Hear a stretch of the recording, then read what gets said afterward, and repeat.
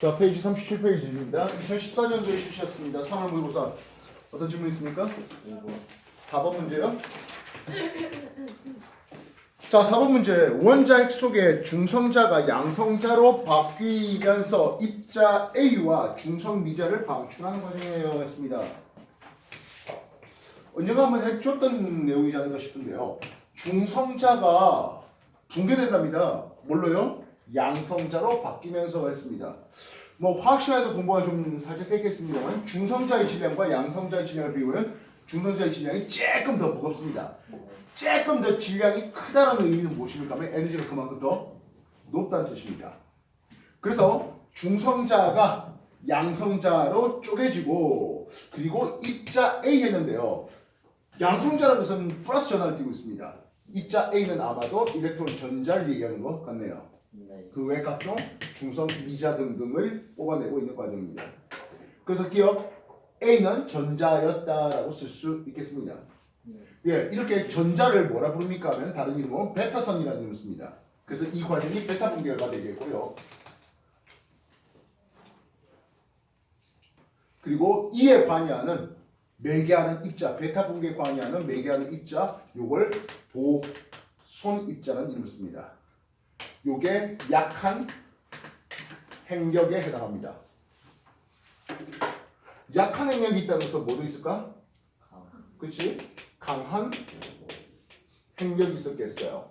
강한 행력의 것은 양성자라는 게요. 플러스 전기 띄고 있습니다. 양성자라는 게요. 플러스 전기 띄고 있습니다. 이 플러스 플러스 1이 막 갖다 친구 할까요? 그렇지 않겠죠. 누가 관여합니까 하면 중성자가 이 둘이 플러스 플러스 밀어내는 걸 붙잡아둡니다. 우리가 강하다, 약하다라고 했잖아요. 누구를 기준으로 합니까 하면 전기력, 전자기력 이걸 기준으로 하는 겁니다. 당연히 중성자가 이 양성자들이 반발력을 이기고 붙잡아두려고 하는 힘이니까 전기력보다 강한 상호작용, 강한 행력이 됩니다. 여기에 관여하는 이 중성자가 관여하는 이 강한 행력에 관여하는 입자가 있을 텐데요. 약한 행력에 관여하는 입자가 보손 입자예요. 물론 보손 입자의 종류가 굉장히 다양하게 있는데요. 약한 이 강한 행력에 작용하는 요 입자는 파이온이라는 입자를 쓰고 있습니다. 예, 중성자가 관여하는 것들입니다. 이미 앞에서 우택섬하고 한 번 더 배웠겠지만 이 양성자도 뽀개면 뽀개져요. 부셔져요. 뭘 뽀개지죠? 업커크, 다운커크로 뽀개집니다. 업커크의 전하량은 플러스 3분의 2E, 다운커크의 전하량은 마이너스 3분의 1이 됩니다. 이 쿼크들끼리를 묶어줘야 되겠네요. 다시요. 중성자도 업, 다운 되고 있습니다. 플러스 3분의 2, 마이너스 3분의 1 이렇게 되고 있습니다. 이것들끼리도 역시 묶어줘야 되겠습니다. 이렇게 핵자를 구성하는 양성자, 중성자를 구성하는 쿼크들끼리 묶어주는 요 힘 역시 전기력을 이기고 묶어줘야 되겠습니다. 강한 상호작용, 강한 행력을 얘기합니다. 여기에 관여하는 힘은 글루온이라는 입자가 매개하거든 하겠습니다. 강하다, 약하다의 기준이 누구라고요? 전자기력이라고요. 그렇다면 전자기력은 누구 입자에 의해서 매개되겠습니까? 하는 거예요. 광자입니다. 이미 여러분 때 수소원자 선스펙트럼 하면서 주양자수 n = 1, n = 2, n = 3 이런 것들 봤을 겁니다. 이런 놈들이 들뜬 상태에서 다시 원래의 바닥 상태로 내려올 때 n = 1로 내려올 때 자외선 내죠. 자외선은 광자를 내겠다는 거예요. n = 2로 내려온다고요? 가시용선 내잖아요. 가시용선에 해당하는 광자를 내겠다는 거예요. 그럼 뻔뻔하게 올라갈 때는 어떻게 되겠습니까? 그 에너지에 해당하는 광자를 흡수하는 거죠. 결국엔 연속 스펙트럼 중에서 특정 입자가 특정 에너지를 흡수해서 들뜬 상태가 되면 중간에 이빨 빠지잖아. 그걸 뭐라 불러? 흡수 스펙트럼이라고 부르죠. 그럼 들뜬 상태에서 그대로 있다고요? 다시 원래대로 내려와요. 그러면 까만 바탕에 특정 빛 에너지만 찍찍 나오네요. 그걸 뭐라 불러? 예, 방출 스펙트럼이라는 이름을 쓰겠다고요. 이런 전자기력에 누가 관여한다? 광자라는 게 관여하겠다는 거예요. 그래서 자연계를 구성하는 큰 네 가지 힘은 전자기력과 이 전자기력보다 약하잖아? 또는 강하잖아. 하나 남은 건 뭐죠? 그렇죠. 중력이 있네요. 그렇다면 보다시피 강한 행력에 약한 행력에 전자기력에 각각 매개의 입자가 있었는데요. 안타깝게도 중력은 중력자라고 생각될 매개의 입자가 있어야 될 것 같은데 아직은 못 찾았어요. 있는지 없는지조차 모르겠다고요. 자, 이것이 이제 뭐 자연계의 큰 4대 힘에 대한 내용들인데요. 일단 오늘은 약한 상호작용, 베타 붕괴에 관한 내용이 소개되고 있더랬습니다. 베타 붕괴에 있다는 것은 뭐도 있을까요? 그렇지, 알파 붕괴가 있어요. 알파 붕괴는 헬륨 2 플러스 양이온입니다. 원자번호 2번 질량수 4가 되네요. 요게 빠져나오는 알파 입자가 빠져나오는 그런 과정이 되겠다고요. 알파 입자 가지고 장난 많이 했던 사람이 있었죠. 누구요? 러더포드.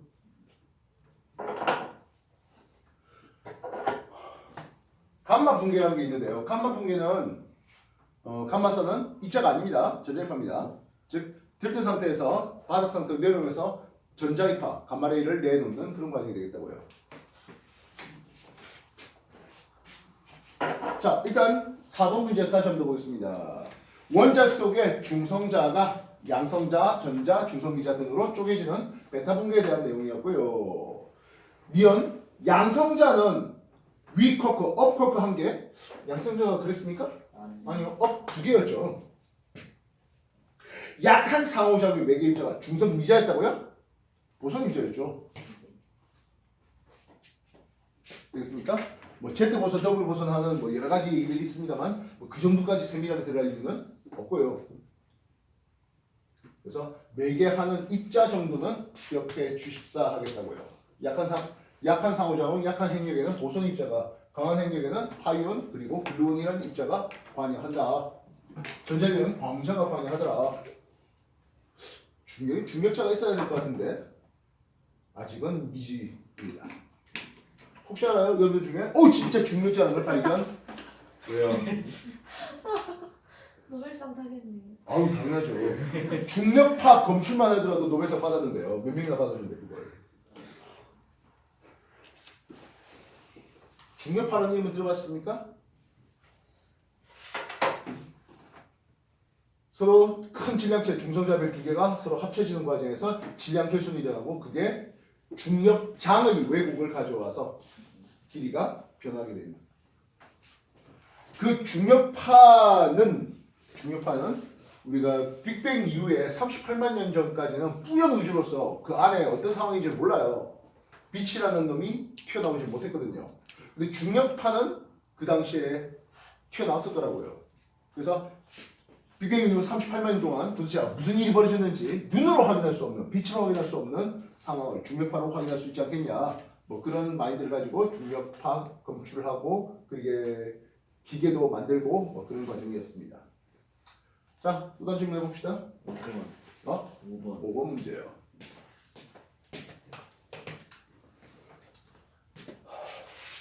광섬유에 되고 있네요. 일단 우리가 수하다와 미라다를 다시 한 번 더 소개해 봅시다.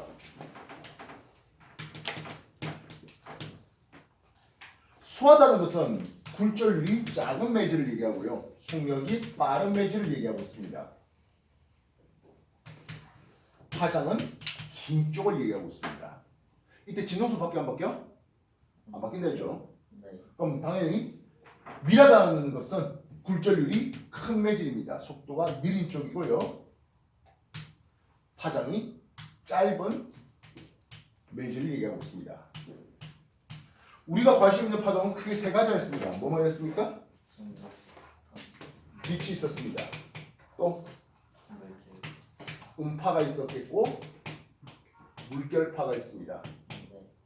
빛은 어떤 경우에 좀 더 속력이 빠르겠습니까? 하네요. 물론 진공이 제일 속력이 빨랐습니다만은 뭐 진공이라는 매질을 직접 만들어낼 수는 없는 일이고 그래서 공기라는 매질에서 속력이 빨랐습니다. 물로 들어가면 속력이 느려집니다. 유리로 들어가면 더 속력이 느려지겠고요. 다이아몬드 들어가면 더더더 속력이 느려지는 것을 볼 수 있습니다. 음파, 찬 공기가 속력이 빠릅니까? 따뜻한 공기가 속력이 빠릅니까? 그렇죠?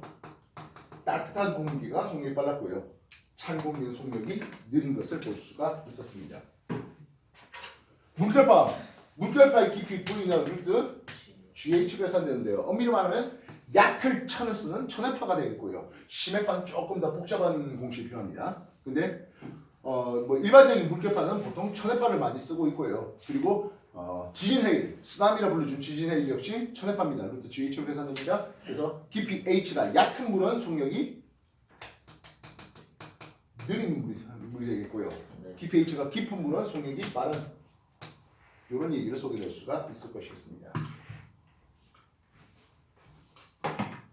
그래서 수압 매질에서 밀압 매질로 빛이 한 줄기 들어왔어요. 꼭 빛이라고 할 필요도 없죠. 물결파가 들어와도 되고 소리 들어와도 상관없습니다.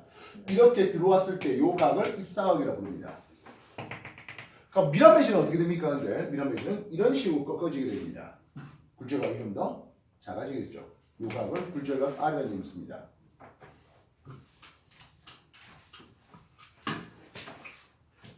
여기에 대해서 스네일 법칙이라서 굴절에 관한 법칙들이 있겠네요. 수압 매질을 1, 밀압 매질 2라 하겠습니다. N 1매질에 대한 2매질의 상대 굴절률을 합니다. 누구누구에 대한이라고 하는 것은 기본적으로 분모죠. 1매질에 대한 2매질의 상대 굴절률을 쓰고 있습니다. 우리가 파동을 공부시키면서 맨 처음에 파동의 속력이 일정한 또는 진동수가 일정한 이런 것들을 하면서 굴절 법칙이 두 번째 주에 소개됐는데요. 요거 좀 더 세밀하게 공부하고 싶다는 사람들은 12월 달에 우리가 요 공부시킨 동영상이 있으니까 확인하시기 꼭 바랍니다. 굴절 법칙입니다. 스네일 법칙입니다. 자, 근데 우리가 N 1매질은 소매질입니다. 굴절률이 작은 매질이었고요. 2매질은 굴절률이 큰 매질입니다. 그래서 얘는 그 값을 볼 때 1보다는 어찌해야 됩니까 하면 커야 됩니다. 즉, 이 부분에 대해서는 소개가 되어 있지 않습니다. 근데 1매질의 굴절이 좀 더 크다 보면은 이건 사인 분모가 R로 들어가고 사인 I가 분자로 들어가는 이런 과정을 보게 됩니다. 2매질은 속력이 느리고 2매질은 속력이 느리고 1매질은 속력이 빨라서 1. 마찬가지 2매질에서의 파장은 짧고 1매질은 파장이 길어서 그래서 속력과 파장은 분자에 또는 분모에 똑같은 놈 들어가고요. 굴절률은 분자 분모가 서로 반대로 들어가게 되는 이게 굴절 법칙, 스네일 법칙이 되고 있습니다. 반면 우리가 소압 매질에서 밀압 매질을 놓고 빛을 밀어넣을 필요는 없죠. 밀압 매질에서 소압 매질로 빛을 밀어넣을 수도 있겠습니다. 그렇게 되면 이 각이 입사각이 되고요. 요 각이 반사각 I' 됩니다. 이때 입사각 반사의 크기는 뭐다? 같습니다 하는 거예요. 그러면 소압 매질 쪽에서는 어떻게 가야 됩니까 하면 이런 식으로 하게 되겠네요. 알다시피 소압 매질은 그 각이 큽니다. 입사각이 됐던 굴절각이 됐던 이 각이라고 하는 거 물론 법선에 대한 각이에요. 소압 매질 각이 크고 밀압 매질 각이 작습니다. 그래서 밀압 매질 각이 작고 소압 매질 각이 크게 나가게 됩니다. 그래서 이 상황에서 조금 더 입사각의 크기를 크게 주면 어떻습니까? 하네요. 이게 아예 굴절각이 90도가 되어버리는 일이 벌어지게 됩니다. 그럼 그보다 입사각을 키우면 어떻게 됩니까? 하네요. 이제 더 이상 굴절광은 없는 풀 리프렉션 정반사가 일어나게 됩니다.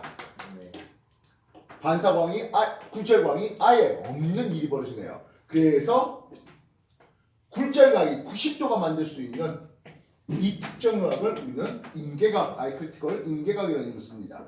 그래서 이 임계각에 대해서 이 얘기를 소개한다면 딱 끊으면 사인 아이크리티컬 임계각은 그 상대 굴절률 분의 1로 표현되고 있습니다.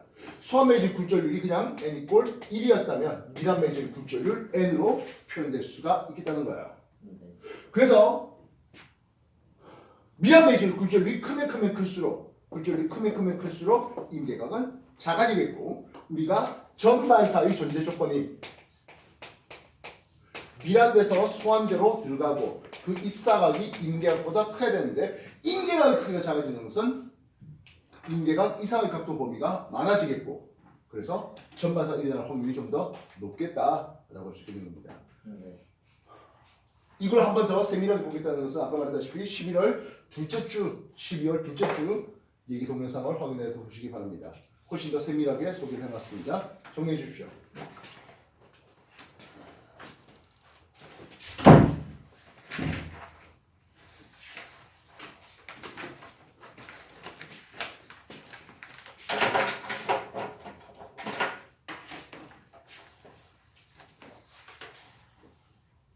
위험한 대로 사진을 찍어놓고 하라고.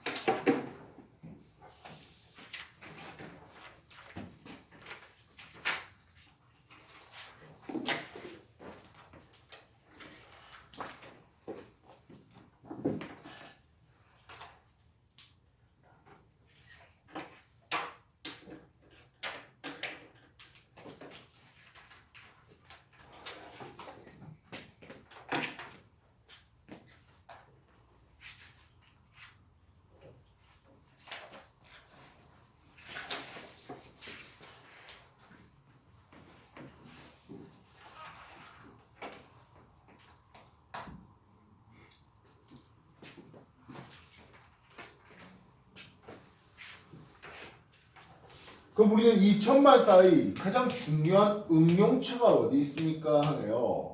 서로 다른 굴절을 가진 유리 두 개를 준비를 시켰습니다. 안쪽을 코어라는 이름을 쓰고요. 바깥쪽을 클래딩이라는 이름을 씁니다. 이 코어가 미란 매질이에요. 그래서 우리가 여러 가지 정보를 빛으로 보냈는데 이 입사각이 임계각보다 크다면 전반사가 일어나면서 클래딩 쪽으로 안 가요. 다시 말하면 코어 쪽에서만 정보를 보내줄 수 있겠다는 겁니다. 그래서 이런 것을 광 케이블을 광통신에 사용하도록 하겠습니다. 광통신의 장점은 구리통신의 장단점과 서로 반대가 되는데요. 구리통신은 누구든지 그 구리선에 찌빼만 찝으면 도청이 가능합니다. 근데 이건 그럴 수가 없죠. 다만 부셔져 버렸을 때 연결하기가 어렵다는 단점이 있겠다고 해요. 자, 질문입니다. 5번이네요. 지금 보면 A 쪽이 코어 쪽을 쓰고 있습니다. B 쪽이 클래딩 쪽을 쓰고 있네요. 그래서 A에서 계속 진행해 나갔습니다. 뭐 하면서 전반사하면서 나갔습니다. 그러다가 이게 너무 급격하게 꺾여졌는가 보네요. 그래서 이렇게 오는 과정에서 임계가 EI 각도가 돼서 빛이 옆으로 삐져나갔네요. 클래딩 쪽으로 삐져나갔어요. 일단 A 요 코어가 좀 더 미란 매질이 됐어야 되겠습니다. 코어가 굴절률 A가 더 크겠습니다. B보다요. P포인트에서 옆으로 삐져나갔던 것은 이제 전반사가 일어나지 못했던 거잖아요. 전반사가 일어나지 못했던 것은 그 입사각 임계보다 작았기 때문이겠죠. 입사각 임계보다 더 컸으면 전반사에 써야 되겠다고요. P의 입사한 빛과 P에서 반사 빛의 세기는 같다. 전반사가 됐을 때는 당연히 이 비대지가 전부 다 반사됐었죠. 근데 이제 삐져나간 게 있다 보니까 반사된 빛 에너지는 요 굴절 광의 에너지와 합해야 입사의 에너지와 같게 되겠습니다.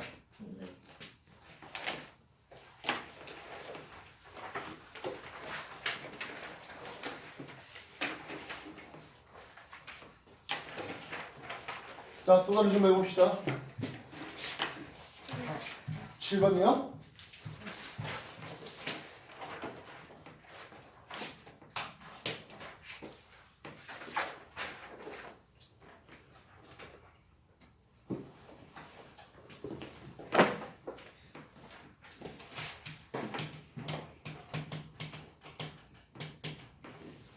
자, 우리가 특수상대성 이론은 예전에 여러분한테 뭐 소개가 어느 정도 됐던 것 같습니다. 입시 과학 쪽에서도 뭐 적당히 소개가 한번 이루어졌었고, 문제 이런 문제를 풀면서도 입시 물리 쪽에서도 일반 특수상대성 이론, 굉장히 속력이 빨라지면 어떻게 되겠습니까에 대해서 소개를 해봤습니다.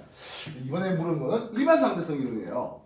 우리가 특수상대성 이론에서는 내가 달려가는지 등속가는지 또는 내가 정지했는지 구분할 수 있다고요?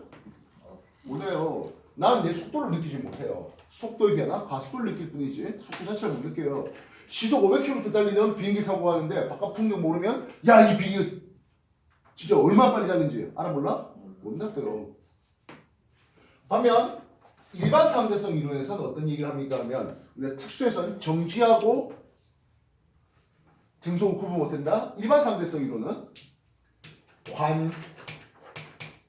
관성력과 중력을 구분할 수 없습니다라는 내용이 나오게 됩니다.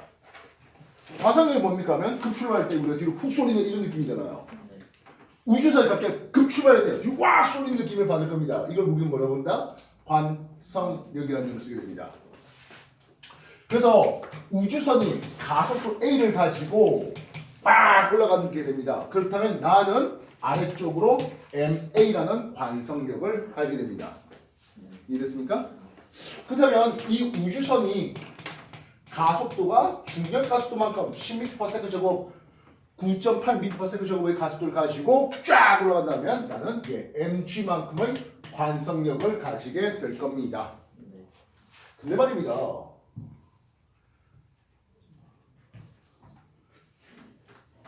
엘리베이터가 2m/s 제곱의 가속도를 가지고 있으면 내 질량 차에 대해서 2m/s 제곱의 가속도를 곱해지 관성력을 내가 조금 무거워지는 느낌을 가지게 된다고요. 10m/s 제곱의 가속도를 가지고 가면은 나한테는 mg만큼 내 몸무게만큼의 관성력을 가지게 됩니다.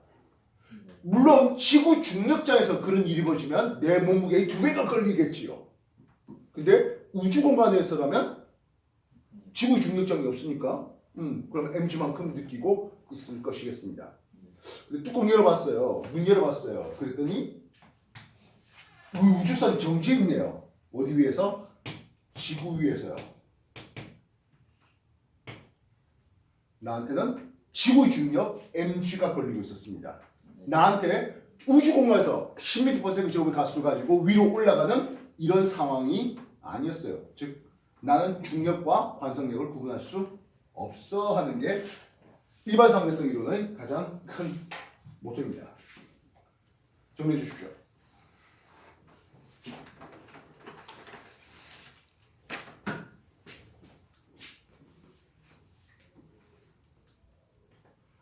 안타깝게도 2019년까지는 일반 상대성 이론이 물리 1에서 특수 상대성 이론과 함께 다루고 있었다면 2020년부터는 물리 2로 일반 상대성을 넘겨버렸습니다. 그래서 2020년부터 시작되는 모의고사 또는 일반계 고등학교 학교 내신에서는 이런 일반 상대성 이론이 소개되지 않아요. 그러다 보니까 흔히 패러독스 저번에 특수 상대성 이론 하면서 내가 광소의 80%를 가는 과정을 얘기해봤습니다. 근데요, 내가 반대로 얘기할 수 있잖아요. 야, 뭔 소리야? 나는 내 우주선 가만히 있었어. 니들이 광소의 80%로 갔잖아의 얘기에 대해서. 그래서 내가 10년 지나고 니들은 2년밖에 안 지났잖아. 1년밖에 안 지났잖아. 이런 패러독스가 성립될 수 있다 했습니다. 근데 거기에 대해서 누가 실제로 가속 운동을 받았습니까? 가속 운동 받는 과정에서 관성력이 누구한테 걸렸습니까? 라고 하면서 실제로 시간이 더디게 흐른 사람이 누굽니까? 라면 가속 운동을 직접 받은, 즉 내 우주선에 갑자기 광속의 80% 될 리가 없잖아요. 속력이 점점 빨라지면서 광속의 80%에 이르렀거든요. 그래서 나한테 실제로 시간이 더 천천히 흘렀어 라고 하는 최종적인 해답을 가르치게 하는 것이 일반 상대성 이론에서 나오게 됩니다. 그래서 일반 상대성 이론에서는 중력에 의해서도 빛이 휘어질 수 있음을 보여줄 수 있겠습니다. 정지상태였습니다. 빛이 이렇게 갔습니다.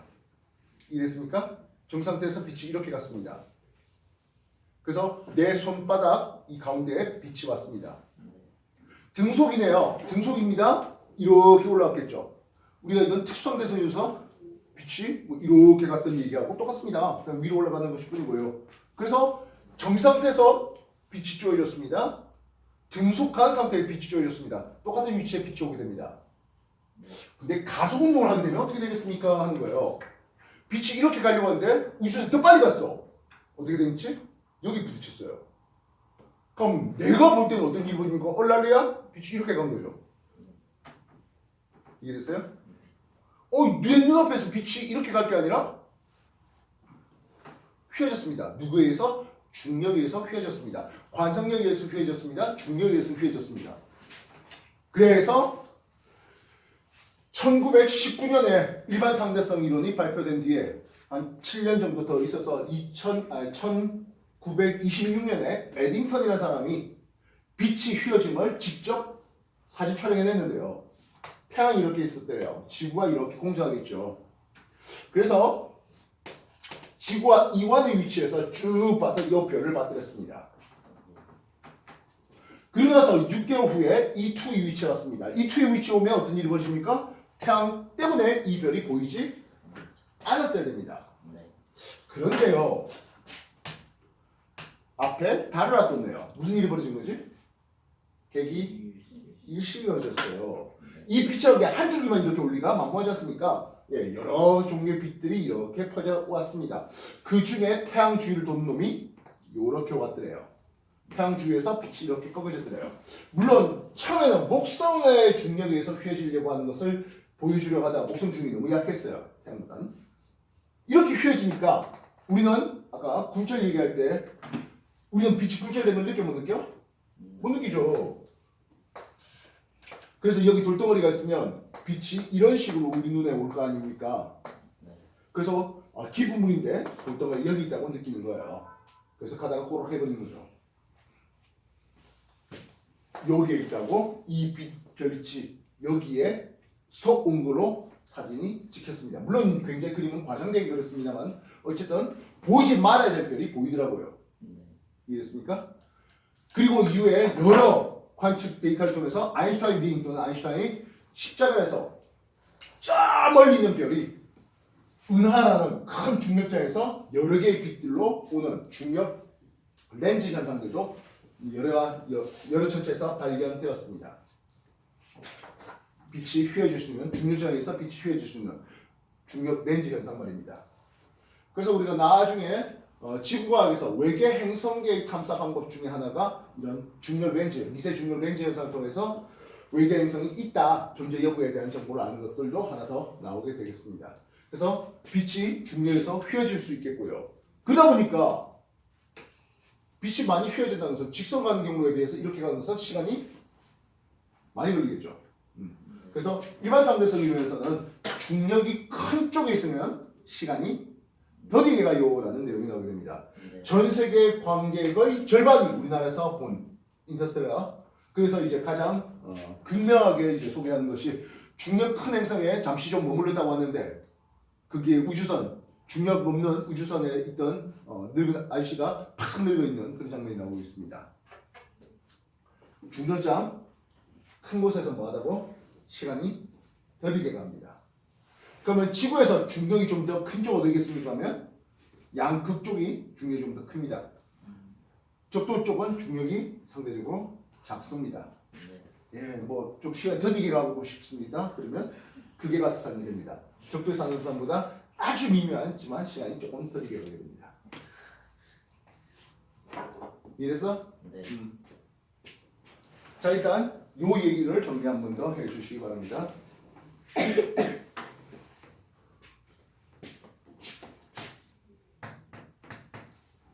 중력에 의해서 빛이 휘어진다. 중력 렌즈 현상에 대한 내용들이 소개되는 게 일반 상대성 이론입니다. 그러다 보니까 중력이 너무 크면 빛이 아예 나오지도 못하겠다 하는 블랙홀의 얘기들도 소개될 수 있겠고요. 그래서 중력 큰 쪽에 가면 시간이 더디게 가. 블랙홀 빠지게 되면 글쎄요. 바깥쪽에서 보는 사람 입장에서는 저 새끼는 정지인 거 보이겠죠.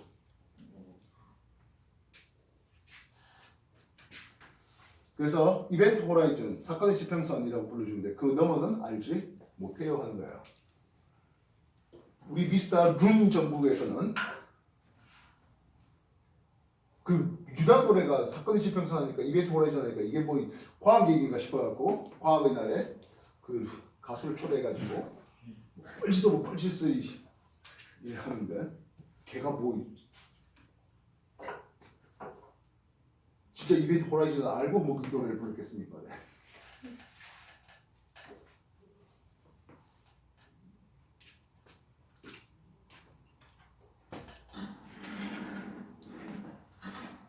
그 유난 노래 보면 그거 말고 오르트그름도 있고 하여튼 뭐 장주기 해성의 근원으로 생각되는 장소 뭐 이렇게 해서 뭐 단중력 카이퍼 벡터 이외에 오토그룹 뭐 이렇게 해서 태양계의 끝자리가 어디 있는지 뭐 그런 거에 대한 내용인데 역시 마찬가지 노래 내용 그하고 상관성이요? 없어요.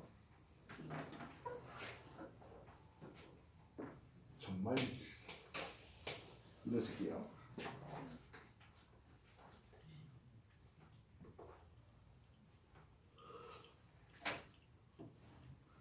백악관 공식 브리핑에서도 저렇게 쓴대요. 자, 7번 그럼 설명해 봅시다. 그림과는 지표면의 정지한 우주선 내부에 있습니다. 지표면의 정지한 우주선 내부에 물통에서 물이 나오는 모습이에요. 예, 물통에서 물이 중위에서 이렇게 흘러내리고 있네요. 그림 나는 가히 우주선이 무重력 상태의 우주공간에서 가속도 g로 운동했습니다.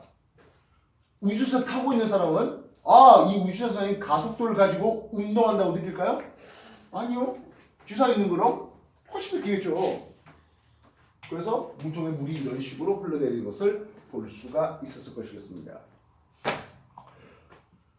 나에서 물에 작용하는 관성력의 방향은 우주선의 가속도의 방향과 같다. 일단 기본적으로 우리가 관성력 하면서 F 이꼴 ma 쓰는데 앞에 마이너스를 붙여요. 이 마이너스 의미가 뭐지? 관성력 힘의 방향은 가속도의 방향과 반대 방향을 뜻이죠.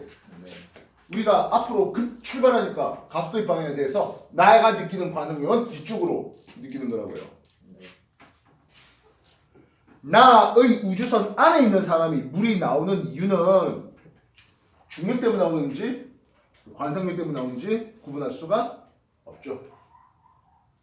만약 우주선이 등속했다면 어떨까요? 등속을 하고 있었다면 어땠을까요? 물이 안 나오죠. 지금 둘 다 가속도가 G로 걸리고 있는 상황입니다. 시간의 흐름은 똑같습니다. 이해됐어요? 네. 다른 질문 됐거든요? 12번.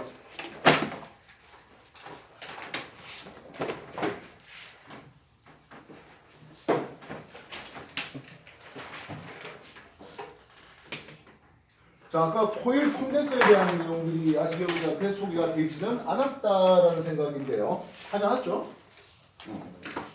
내가 또 한 번 더 할 일이 생길 것 같습니다만은 내 기억으로는 송도 쪽에서 한번 애들이 질문이 있어서 한 걸로 기억되는데 동영상 봤어 안 봤어?